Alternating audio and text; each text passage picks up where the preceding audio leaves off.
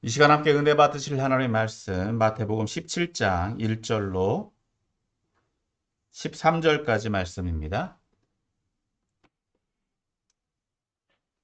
마태복음 17장 1절로 13절까지 말씀 다시 하신 줄 알고 제가 말씀 봉독해 올리겠습니다. 여세오에 예수께서 베드로와 야고보와 그 형제 요한을 내리시고 따로 높은 산에 올라가셨더니 그들 앞에서 변형되사 그 얼굴이 해같이 빛나며 옷이 빛과 같이 휘어졌더라. 그때 모세와 엘리야가 예수와 더불어 말하는 것이 그들에게 보이거늘 베드로가 예수께 여쭈어 이르되 주여 우리가 여기 있는 것이 좋사오니 만일 주께서 원하시면 내가 여기서 초막 셋을 찢되 하나는 주님을 위하여 하나는 모세를 위하여 하나는 엘리야를 위하여 하리이다. 말할 때에 후련히 빛난 구름이 그들을 덮으며 구름 속에서 소리가 나서 이르시되 이는 내 사랑하는 아들이요 내 기뻐하는 자니 너희는 그의 말을 들으라 하시는지라. 제자들이 듣고 엎드려 심히 두려워하니 예수께서 나와 그들에게 손을 대시며 이르시되 일어나라 두려워하지 말라 하시니 제자들이 눈을 들고 보매 오직 예수 외에는 아무도 보이지 아니하더라. 그들이 산에서 내려올 때에 예수께서 명하여 이르시되 인자가 죽은 자 가운데서 살아나기 전에는 본 것을 아무에게도 이르지 말라 하시니 제자들이 물어 이르되 그러면 어찌하여 서기관들이 엘리야가 먼저 와야 하리라 하냐이까. 예수께서 대답하여 이르시되 엘리야가 과연 먼저 와서 모든 일을 회복하리라. 내가 너희에게 말하노니 엘리야가 이미 왔을 때 사람들이 알지 못하고 임의로 대우하였다. 인자도 이와 같이 그들에게 고난을 받으리라 하시니 그제서야 제자들이 예수께서 말씀하신 것이 세례 요한인 줄을 깨달으리니라. 아멘. 할렐루야. 네. 네, 오늘도 거룩한 주일 예배 자리에 나오신 여러분을 환영하고 축복합니다. 아멘. 네, 지난 주일은 부활주일이었고 또 부활주일 예배로 우리가 지켰고 또 말씀도 그런 말씀을 나눴습니다.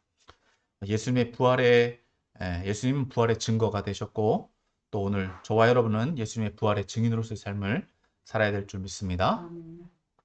오늘은 계속해서 우리가 보아온 마태복음 말씀으로 다시 돌아가려고 합니다. 이 말씀을 통해서 예수님의 공생의 사역을 또 계속해서 살펴보고 또 우리의 예수님을 어떻게 믿어야 되는지 또 우리에게 오신 예수님이 누구이신지 또 그 사역을 통해서 우리의 믿음을 다시 한번 점검하고 회복하는 시간이 되기를 소망합니다. 아멘. 먼저 오늘 함께 읽은 본문은 크게 두 부분으로 구분할 수 있습니다. 먼저 1절에서부터 8절은 예수님께서 몇 명의 제자들과 함께 높은 산에 오르셔서 변화되신 사건, 즉 변화산 사건에 대한 말씀이고 또 9절에서 13절은 제자들의 질문에 대한 예수님의 가르침으로 이라고 할 수 있습니다. 먼저 본문 말씀의 의미를 살펴보면 먼저 1절에서부터 8절, 즉 변화산 사건에 대해서 먼저 살펴보길 원합니다. 먼저 1절에서 8절 말씀은 제가 앞서 말씀드린 대로 변화산 사건이라고 합니다. 예수님께서 변화하신 사건, 어떤 모습이었는지는 구체적으로 2절에서 말씀하고 있죠. 그들 앞에서 변형되사 그 얼굴이 해같이 빛나며 옷이 빛과 같이 휘어졌더라. 예, 예수님이 정말 일상의 모습이 아닌 신성의 모습, 그러한 모습으로 변화되셨다라고 하는 것입니다. 그런데 이 변화되신 사건 가운데 이 변화되셨을 뿐만 아니라 어떤 일이 일어났냐? 3절입니다. 3절 같이 읽습니다. 시작. 그때 모세와 엘리야가 예수와 더불어 말하는 것이 그들에게 보이거늘. 자, 여기서 그들, 즉 이 자리에 참여한 사람들이 누구냐? 베드로와 야고보와 그 형제 요한, 즉 세 명이 그 자리에 있었습니다. 물론 어떤 신학자는 이렇게도 이야기합니다. 이것은 마태가 그동안 계속 얘기해 봤듯이 예수님을 모세와 비슷한 모세처럼 이렇게 상징적으로 이야기하고 있다. 즉 예수님이 산에 올라가셨다라고 하는 것은 시내산에 올라가셨다. 시내산에 올라가신 것으로 비유하고 있고 또 예수님이 시내산에 올라가신 것을 볼 때 그 자리에 있었던 예수님과 동행했던 사람들, 아론과 훌 같은 사람들, 즉 예수님의 모세와 함께 했던 사람들, 동역자들을 같이 예수님의 제자들도 그 자리에 함께 있었다라고 상징적으로 이야기를 하기도 하는데, 그래서 그 자리에 있었던 사람들이 누구를 보았다? 모세와 엘리야를 보았다. 즉 여기서 모세가 또 나타나죠. 모세는 구약의 예언의 선지자입니다. 상징적인 존재예요. 즉 하나님의 말씀을 증거하고 하나님의 말씀을 또 율법으로서 전수해 준 대표자입니다. 그럼 엘리야는 누구를 얘기를 하느냐? 엘리야는 이스라엘 왕정 시절에 하나님의 말씀을 상징적으로, 즉 실현한 사람, 가장 놀라운 예언자 중에 한 사람으로 유대인들은 그렇게 인정합니다. 그러니까 이 두 사람이 나타났다라고 하는 것은 하나님의 임재의 상징이 되는 것입니다. 근데 그 자리에 베드로와 야고보와 요한이라고 하는 증인이 있다. 즉 이 세 사람이 모세와 엘리야를 알 수 있었다라고 하는 것입니다.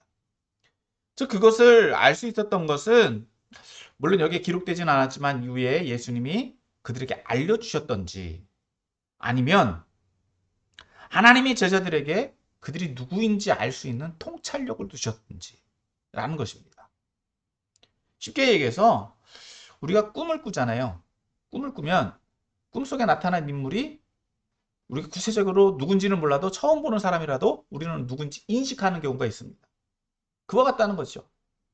자, 근데 지금 제자들이 이 사람들이 누구인지 분명히 알고 있었다라고 하는 것, 그걸 우리가 어떻게 할 수 있느냐? 4절 말씀을 보면 알 수 있습니다.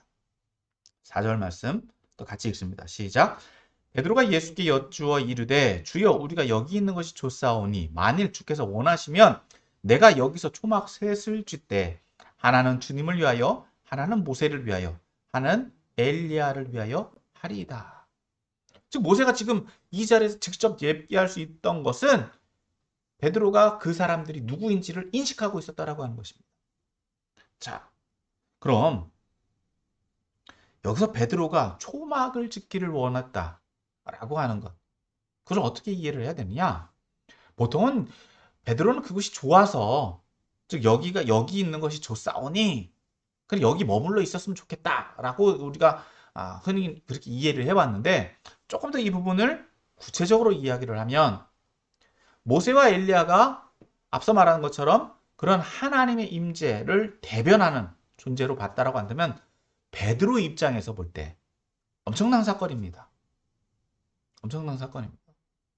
즉 구약의 모든 예언들을, 구약의 어떤 사건들을 보면 어떤 특별한 사건을 겪었을 때 구약에서는 어떤 상징적인 기념비를 세웁니다. 이처럼 베드로도 당장에 무언가를 할 수 있기 위해서는 무엇을? 초막이라고 하는 것, 하는 것을 짓기를 원했다. 자, 그런데 여기서는 베드로가 지금 말하는 초막은 즉 누구를 위한 것이냐? 즉 이들을 만날 수 있는 장소, 즉 성전의 개념으로 이해를 하는 것도 옳다는 것입니다. 자, 어떻게 보면 이 어떤 베드로의 입장에서는 가장 최선의 것을 이야기한 것으로 볼 수 있습니다. 즉 임재, 하나님을 대변할 수 있는 임재의 현현, 그리고 어떤 기념비적인 장소, 그곳에서 예수님을 만나고 그곳에서 모세를 만나고 그곳에서 엘리야를 볼 수 있다. 어떤 상징적인 장소로 그것을 만들기를 원했다. 그렇게 이야기를 할 수 있는데, 자, 이에 대해서 대변해 주시는 분이 누구냐? 5절입니다. 5절 같이 읽습니다. 시작. 말할 때에 호련히 빛난 구름이 그들을 덮으며 구름 속에서 소리가 나서 이르되 이는 내 사랑하는 아들이요 내 기뻐하는 자니 너희는 그의 말을 들으라 하시는지라. 분명히 베드로는 누구에게 물었습니까? 예수님께 물었죠. 초막을 지어도 되겠습니까? 라고 물었는데 대답은 누가 하고 계시다고요? 하나님이 하시더라. 예수님께 물었는데 이것에 대한 답변은 지금 하나님이 해주시고 계신다. 즉 예수님이 누구다? 하나님의 아들이다. 내 기뻐하는 자다. 즉 메시아다라고 하는 것을 보증해 주실 뿐만 아니라 이제는 하나님께서 예수님에게 자신의 권위를 넘겨주고 인정해주고 계시다는 거예요. 그의 말을 들으라. 즉 예수님이 하라면 하고 하지 말라면 하지 마라 라고 하는 것입니다. 자, 이런 하나님의 말씀, 하나님의 음성이 들렸다라고 하는 것은 엄청난 사건입니다. 엄청난 사건. 하나님의 음성을 듣는다라고 하는 것은요, 정말 인생이 바뀌어야 되는 문제예요. 구약에서 하나님의 음성을 들었던 사람들은 어떻게 됐습니까? 다 하나님의 말씀을 대변하는 선지자가 됐어요. 인생이 바뀌었습니다. 모든 것을 다 버리고 하나님 말 따르는 사람이 되었다는 거예요. 즉, 죽을 수밖에 없는 것. 왜? 하나님 거룩하신 분이기 때문에 그 거룩함 앞에 우리가 섰을 때는요, 두려워할 수밖에 없어요.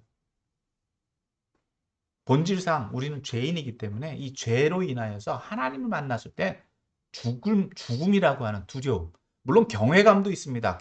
경배의 대상으로서 하나님을 경외할 수 있는. 그래서 6절에서 보인 제자들의 반응은 당연한 것입니다. 엎드려서 심히 두려워했다라고 하는 이 제자들의 반응은 당연한 거예요. 이런 두려움에 빠져 있는 제자들에게 7절에서 보면 예수님께서 나와 그들에게 손을 대시며 이르시되, 그러시면서 그 다음에 뭐라고 말씀하십니까? 일어나라, 두려워하지 말라 하시. 그 두려움을 건져주시는 분이 누구시다?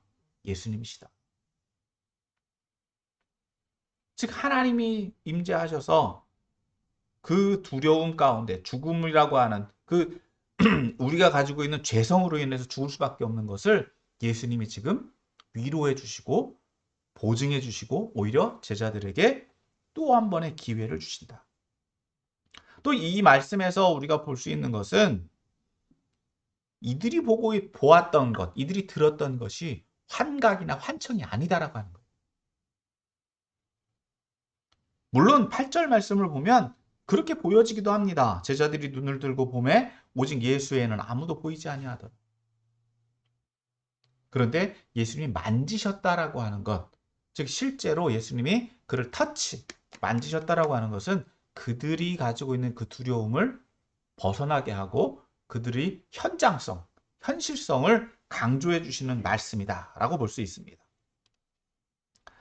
자, 여기서 이제 예수님이 그들과 그런 예수님의 변화산을 통해서 예수님이 이 말씀에서 볼 수 있는 것은 예수님이 신성을 가지고 계시다. 즉 하나님이 그를 보호하시는, 보증해 주시는 신성의 존재다라고 하는 것을 지금 1절에서부터 8절은 말씀해 주고 있다는 거예요. 즉 베드로가 가지고 있었던 가치관, 예수님에 대해 이해했던 것이 지금 한층 더 확장되어져 간다. 조금 이따가 또 한 번 더 말씀을 드리겠지만 앞장에서 예수님이 자신을 누구라고 이야기하느냐라고 했을 때 베드로는 예수님을 그리스도로 고백했습니다. 고백했는데 그것은 지식적, 하나님이 물론 알게 하셨다 할지라도 그가 체득하지는 못했다라고 하는 거예요. 체험하지는 못했다라고 하는 거예요. 그런데 지금 이 변화산 사건을 통해서 베드로는 예수님을 누구로 체험했다? 메시아로 체험했다. 점점 베드로가 성장해 가고 있다라고 하는 것입니다. 자, 계속해서 9절에서부터 13절 말씀 또 봅니다. 9절에서부터 13절 말씀에 보면 9절에는 좀 특이한 이야기가 나옵니다. 특이하다기보다는 보편적이죠. 왜냐? 예수님이 자신이 어떤 특별한 능력을 발휘하셨고 어떤 능력이 나타나셨을 때 항상 하셨던 것이 뭐냐? 침묵하라예요. 자신의 존재를 드러내지 마라.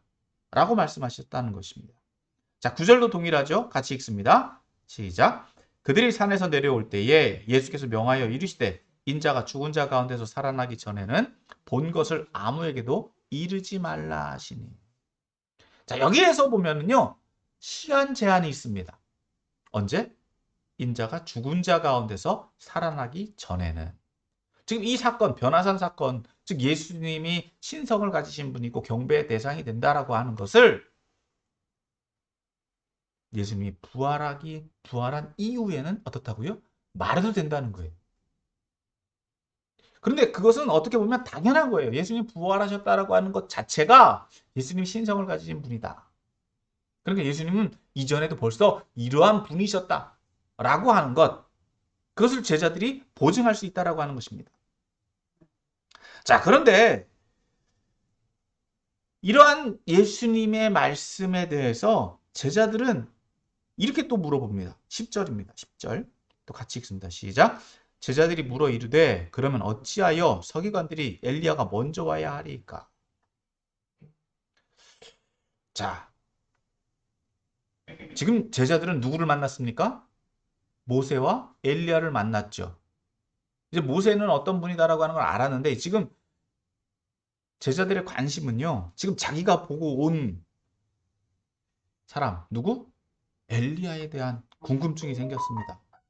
지금 자기들이 엘리야를 보고 왔는데 지금 그러면은 엘리야는 오셨다가 지금 사라졌잖아요. 그럼 또 오실 거냐라고 하는 거예요. 자기들이 보는 엘리야 또 볼 수 있냐?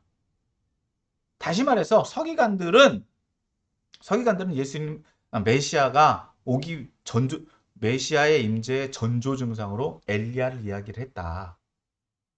그런데 지금 자기들은 엘리야를 받지 않느냐?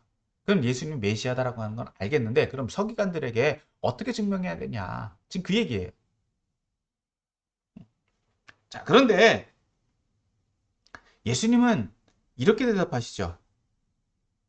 11절, 12절입니다. 11절, 12절. 같이 읽습니다. 시작. 예수께서 대답하여 이르시되 엘리야가 과연 먼저 와서 모든 일을 회복하리라. 내가 너희에게 말하노니 엘리야가 이미 왔으되 사람들이 알지 못하고 임의로 대우하였다. 인자도 이와 같이 그들에게 고난을 받으리라 하시니. 제자들은 지금 자기가 보고 온 엘리야가 다시 올 거냐라고 이야기를 물었는데 예수님은 엘리야가 와야 된다. 맞다. 니들 말이 맞다. 니들 말처럼 엘리야가 먼저 와서 먼저 모든 것들을 회복할 거다. 그런데 그 엘리야는 이미 왔다. 이미 왔어. 이미 왔는데 어떻게 했다고요? 사람들이 인정하지 않았다. 알지 못하였다. 임의를 대비했다. 왜? 자기들 수준에서 자기들이 이해, 자기들이 인식하는 대로. 그래서 결국은 어떻게 됐습니까? 세례 요한은 죽었죠. 그리고 예수님은 똑같이 이야기하십니다. 엘리야가 먼저 와야지 된다고 서기관들은 그렇게 기대하고 있는데 엘리야를 죽인 그들에게 똑같이 메시아도 고난을 받을 거다. 고난을 받을 거다. 자, 그러니까 13절에서 말씀하고 있는 것처럼 제자들이 예수님께서 말씀하신 것이 세례 요한이다. 즉 엘리야가 세례 요한이다. 이미 벌써 왔구나. 자신들이 어떤 하나님의 역사 계획 가운데 이제 들어가 있구나. 그러한 일들이 일어나고 있구나. 근데 예수님이 고난 당하셔야 된다라고 분명히 말씀하셨는데도 그들은 지금 그 말이 어떤 의미인지를 몰라요. 그냥 그렇구나라고 받아들이는 거예요. 자, 오늘 말씀이 여기까지인데 이 말씀들을 오늘 우리에게 좀 적용을 해보기를 원합니다. 첫 번째, 이 변화산 사건은 앞서 말씀드린 것처럼 예수님이 신성을 가진 사건입니다. 어떤 특별한 사건이에요. 그 특별한 사건을 체험했을 때 두려움은 당연한 거예요. 오늘 저와 여러분들 예수님을 처음 만나고 예수님을 믿기 시작했을 때 우리가 가지고 있는 두려움, 우리에게 온 감정은 무엇입니까? 내가 죄인이다라고 하는 것. 예수님이 변화되셨을 뿐만 아니라 그 자리에 있었던 제자들도 변화되어야 되는 거예요. 오늘 저와 여러분도 동일하게 변화되어야 되는 줄 믿습니다. 근데 문제는 뭐냐? 그런 체험을 했다 할지라도요. 오늘 베드로는요. 그 인식의 한계, 지혜의 한계에 빠져 있다는 거예요. 베드로가 지금 이야기하고 있는 사실은 무엇입니까? 거기에 초막을 짓기를 원합니다. 자기가 가지고 있는 최선의 것, 자기가 가지고 있는 것이 전부인 줄 알아요. 물론 그 의도 어떻게 보면 좋죠. 나쁜 것이 아닙니다. 근데 그거는 인간적인 최고라고 하는 거예요. 인간적인 최고. 인간의 모습에서의 최고예요. 물론 그것이 나쁘다라고 말씀하는 것은 아닙니다. 그런데 여기서 문제는 뭐냐? 예수님도 어떤 존재로 될 수밖에 없다? 모세와 엘리야 수준으로 낮아질 수밖에 없다는 거예요. 하나님을 하나님답게 섬겨야 되는데 하나님을 우리 수준으로 끌어내려서 내가 좋아하는 걸로만 하면 하나님도 좋아하실 거다 이렇게 생각을 하는 거예요. 기준이 누가 되는 거예요? 하나님이 기준이 되는 것입니까? 내가 기준이 되는 겁니까? 내가 기준이 되는 거예요. 내가 제일 좋아하는 것으로 하면 하나님도 좋아하실 거 아니냐. 초막을 내가 가지고 내가 할 수 있는 최선의 것이 하나님에게도 최선이 된다? 여러분, 그건 오만입니다. 그게 교만이에요. 그 말씀에 대해서 하나님이 베드로에게 말씀하신 것은 뭐냐? 예수님의 말씀을 들으라는 거예요. 예수님이 기준이 되어야 된다는 거예요.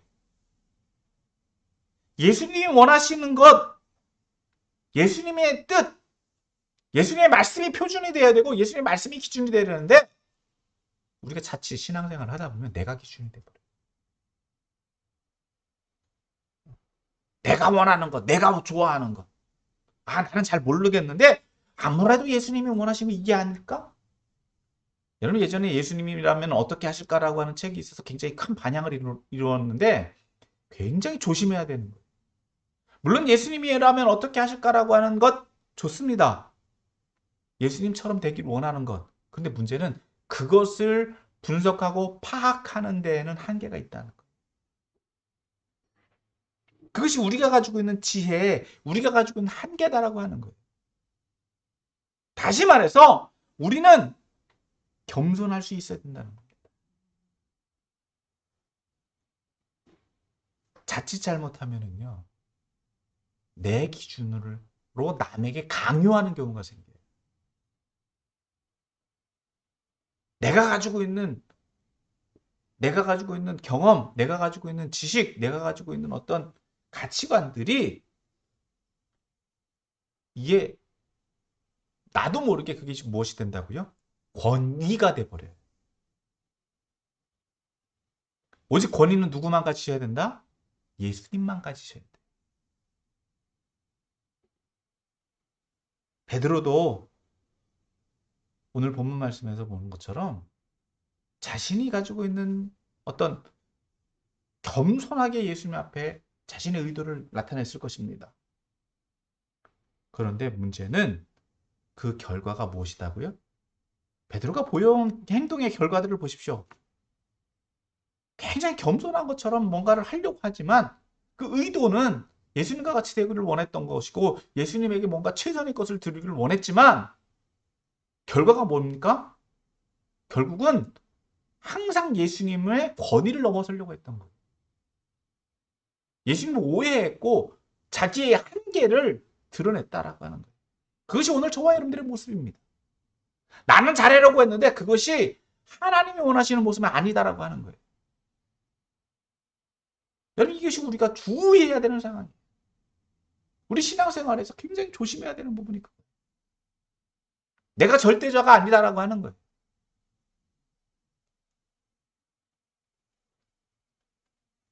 그렇기 때문에 오늘 우리가 예수님이 보여주신 이 변화산 사건을 통해서 배울 수 있는 것은 뭐냐?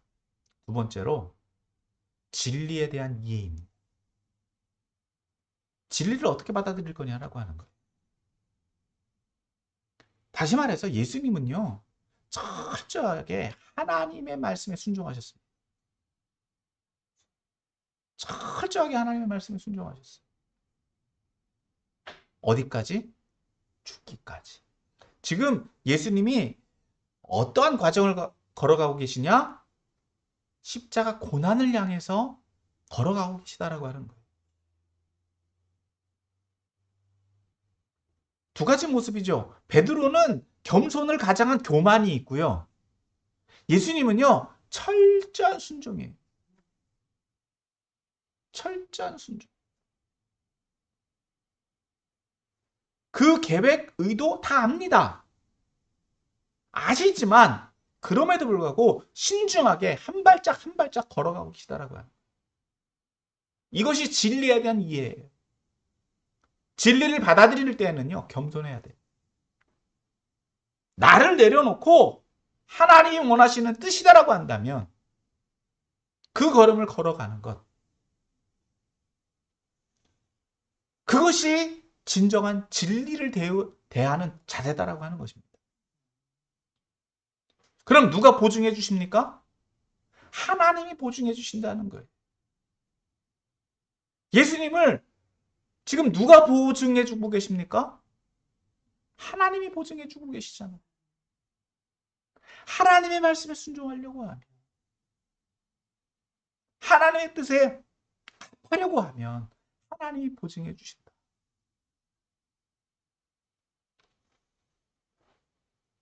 서기관들은 분명히 지금 여기에서 예수님의 즉 베드로가 예수님에게 질문했듯이 서기관들은 엘리야를 기대했단 말이에요. 메시아가 오시기 전에 엘리야가 오기를 소망했습니다. 왜요? 메시아를 잘 모시려고. 그런데 그들은요, 엘리야가 왔어도 알았다 몰랐다? 몰랐다는 거예요. 엘리야가 왔어도 몰라요. 왜? 교만하니까. 자기들 기준이 안 맞으니까. 다시 말해서 자기가 뭐라고요? 왕이니까. 결과가 그렇다는 거예요. 서기관들 정말 하나님 잘 섬기려고 했습니다. 바리새인들 정말 하나님 잘 믿으려고 했어요. 그런데 앞서 말씀드린 것처럼 어떤 무엇? 자기 기준, 자기 생각, 자기 경험, 자기 지식이라고 하는 한계 속에서 하나님을 뺀 자기가 모든 것을 분별하더라. 그러니까 온전한 진리를 발견할 수 있다 없다? 없다는 거예요.